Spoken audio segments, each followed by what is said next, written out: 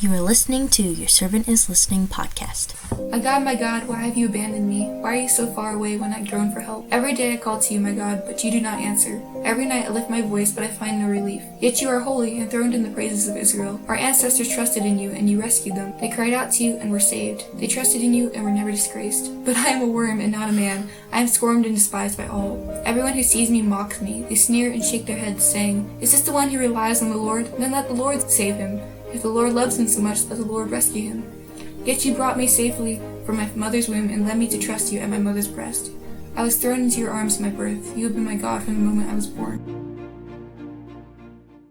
That brings up how Jesus was despised.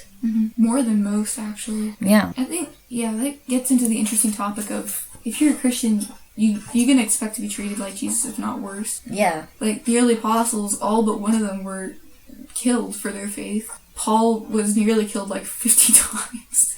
He went through a lot for his faith. Yeah, it's kind of scary when you read through those stories. Yeah. It's definitely like huge parallels to Jesus, because yeah, when he was on the cross, they're like, if you're really the Son of God, then bring yourself down and save us too. Yeah. The one thief on the cross. Yeah. I was always amazed at how this thief had gone through all of that, and he was still had the strength to mock Jesus. Yeah, I know. Like, you're dying on a cross, and what do? Make fun of the guy next to you. Yeah. What's interesting, though, is that he knows about Jesus, like, or at least maybe he heard all the commotion, but, like, he knew about Jesus enough to, like, oh, you think you're the Son of God. Yeah. I just find that guy must have been a really strong and tough guy to be able to do that. I love how the other, like, thief stands up for him, too. He's like, shut your mouth. We have nothing on this guy. Oh, this is interesting. Cost of following Jesus. That also feels like something that's being despised. Matthew 8:18 through 22. When Jesus saw the crowd around him, he instructed his disciples to cross to the other side of the lake. Then one of the teachers of religious law said to him, Teacher, I will follow you wherever you go. But Jesus said, Foxes have dens to live in, and birds have nests, but the Son of Man has no place even to lay his head. Another of his disciples said, Lord, first let me return home and bury my father. But Jesus told him, Follow me now.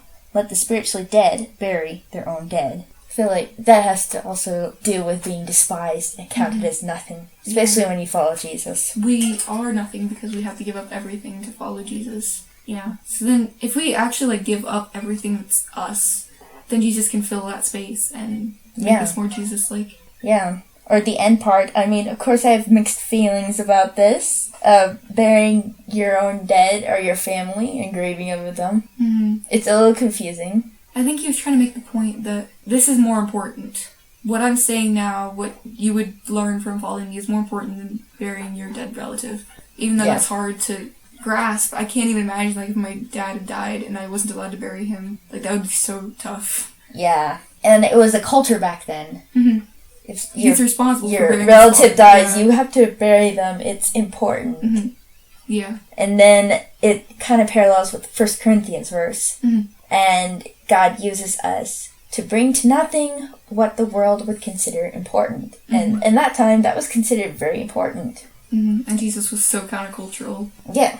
He's saying, that isn't important compared to me. Kind of like a rabbit trail, or maybe jumping over to the next topic a little bit. It's I heard someone say that if you're following Christ, but the culture doesn't have a problem with anything that you're doing, then you're probably doing something wrong. Yeah. I think that's very pivotal today. I don't know if, like, back in the day where, like, Christianity was the culture, like, yeah, I don't know, but definitely now is if you're of the world right now, the world's gonna like you, but if you're of Jesus, the world's gonna despise you. Yeah. And you experience that in many different ways. Really big extremes to little small things. Or I experience in smaller ways, like maybe you'll mention something about God or Jesus, or give a testimony. Or just act different. Yeah. Yeah. And people are like, maybe they'll be nice to you, but they may not particularly want to get to know you better or be friends with you. Like, what is this weirdo even talking about? Yeah. Or just small things like they won't speak to you or say hello. Yeah. Yeah. Let's see. And then parallel about Jesus. Oh, here it is, I think. Okay, Luke 23:39 through 43. One of the criminals hanging beside him scoffed, So you're the Messiah, are you? Prove it by saving yourself. And us too, while you're at it. But the other criminal protested. Don't you fear God, even when you have been sentenced to die? We deserve to die for our crimes, but this man hasn't done anything wrong. Then he said, Jesus, remember me when you come into your kingdom. And Jesus replied, I assure you, today you will be with me in paradise. Mm-hmm. So, that's a good, Jesus being mocked. despised by the world, but then... And this criminal who's nothing and is despised and being killed in the most humiliating way. And most gruesome way, probably. Is the one that realizes about who Jesus is and about his salvation and wants it. And what I think is interesting is that this criminal, he could have done a large assortment of crimes for getting on that cross, but who knows what he did. But he realized that Jesus was the Messiah before the spiritual authorities like the Pharisees and Sadducees did. Yeah. They were the ones that were like well versed in this. They were the ones who were waiting for the Messiah, and this criminal realized that he was dying next to the Messiah. Well, they were still like, he can't be the Messiah. He's just a carpenter's son. Yeah, that causes trouble for us. Yeah. The criminal realized that he needed Jesus. And Jesus was the one that would help him. I love what the guy says. It's like, do you have no fear of God even now that you're dying? Like, this guy is dying on a cross and he just is like making fun of God himself. Like, yeah. What is this guy doing? Crazy. It makes less sense than like Pilate or the Pharisees. Yeah. Like, this guy needs God more than anyone else, probably, at that moment. And I just love how Jesus says, yep, I'm going to save you. You're going to be with me in paradise today. That's all it's a simple faith. Like, this guy came to know Jesus seconds before his death. And it's a simple faith. Like, please remember me in paradise. I know you're the Messiah. I know you're God. And that's all it took for him to get into heaven. Yeah. Like, he realizes that he needs God to save him from his sins. And that's what I was saying before. Like, I think the simplest faith is often the best. You just understand that you need God and that he's willing to save you. Yeah. And it's encouragement to us. Or when you feel like you're so far gone, God can help you or save you or make it different. And this guy, he was like as messed up as you could get. Probably. Criminal dying on a cross. That's really awful. And I think if that happened to me, I'd be like, yeah, I'm completely hopeless. No one can help me right now in this moment. And then a guy gets strung up on a cross right next to you and you're like, wait a second, this is the guy that people are calling the Messiah. This is the Messiah? Yeah. And he realizes in that moment that this is the guy that can save him from his circumstances. I don't know. I think the thief on the cross is probably one of my favorite characters in the Bible. And he had great faith because his Messiah was dying right next to him.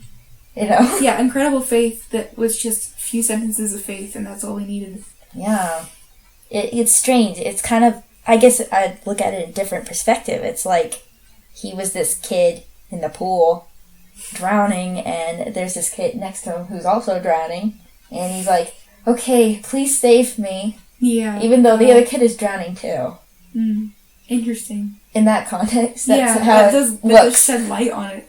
It does sound really weird when you say it like that. Which I think is the faith part. Yeah. Yeah. And it's incredible, and it makes you admire this guy even more. Yeah. This guy has more faith in, like, a minute than I do in my entire life. Yeah. And it's amazing, too, is that God has mercy on us where we're at. If he knows we're not going to have faith in minutes, he gives us that time. Yeah. Or even if we fail the first time. He's like, here's the exact same situation. Yeah. We'll see how it goes. Oh my goodness, I had the redemption story like 3 times, and it was the exact same anyways. Yeah. I'm glad God is patient with us, because I would not be okay if he wasn't. Yeah. 3rd time's the charm, I guess. And I just love the fact that God wants us instead of needing us. He wanted this criminal. Yeah. He loved this criminal. He didn't have to save him, but he wanted to. That was what was on his mind while he's going through a terrible agony on the cross. After he's been flogged more times than a person should survive, and he's been hung on this cross with nails to his arm, all he can think about is this guy that... Well, also, like, the crowds around him, too. He's, like, asking for God to forgive them for what they were doing. Yeah. And it's hard to focus on God when all these things are going on around you. Yeah. And this guy was, there was a lot of distracting things, including his own body. Yeah. But he still focused on God. Which is encouraging and convicting to me. Yeah. Like, I find school and stuff so distracting. Like, I'm too tired from doing homework. I'm not going to do my devotions tonight. Where this guy was literally bleeding out on a cross, and he's like, okay, this is what I'm doing with the last few minutes I have. Yeah. It is very convicting. Yeah.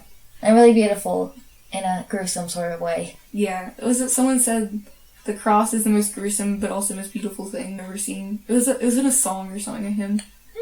Is like the most amazing, worst but amazing thing, in history ever. Yeah, God died, but then he came back to life, and he saved us through that death. So it's God used this despised carpenter man to save the world. Please join us for next time and have a really great day. Thanks for listening.